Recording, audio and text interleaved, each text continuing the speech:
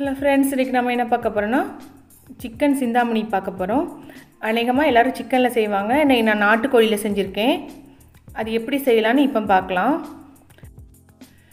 இதுக்கு வரமிளகா மட்டும் தான் நான் யூஸ் பண்ணியிருக்கேன். மல்லி பவுட்ரு, கரம் மசாலா எதுவுமே நான் சேர்க்கலை. ஒரு கடாயில் 3 ஸ்பூன் நல்லெண்ணெய் ஊற்றியிருக்கேன். எண்ணெய் காஞ்சதுக்கப்புறம் 1/2 கிலோ சின்ன வெங்காயம் நீளமாக வெட்டியிருக்கேன். அதையும் சேர்த்துடலாம்.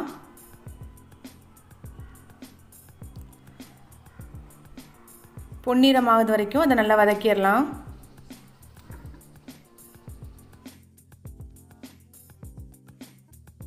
வெங்காயம் பொன்னிறமாக ஆயாச்சு.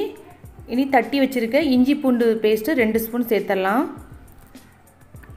சேர்த்துட்டு பச்சை வாசனை போகுது வரைக்கும் வதக்கி விட்டுடலாம்.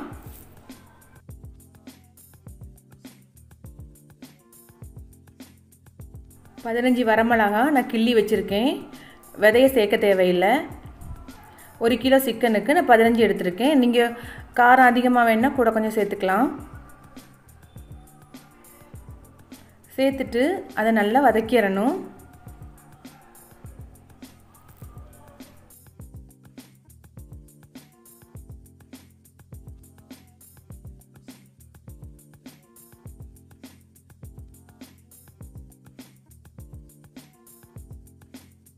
நல்லா வதங்கியாச்சு. இந்த டைமில் நம்ம நாட்டுக்கோழி நான் ஒரு விசில் போட்டு குக்கரில் வேக வச்சு எடுத்திருக்கேன். அதையும் சேர்த்துடலாம். நீங்கள் சிக்கன் சேர்க்குறவங்க இருந்தால் குக்கரில் வேக வைக்க தேவையில்லை.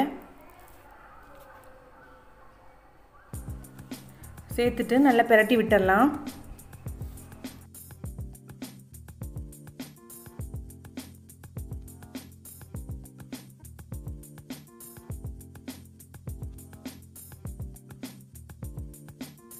தேவையான அளவு உப்பு சேர்த்துக்கலாம்.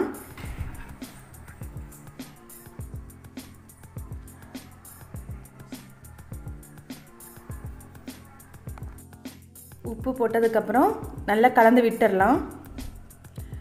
கலந்து விட்டதுக்கப்புறம் ஒரு மூடி போட்டு மூடி வச்சிடலாம். சிக்கனில் இருக்கிற தண்ணியெல்லாம் வத்தது வரைக்கும் நல்லா பிரட்டி விட்டுடலாம்.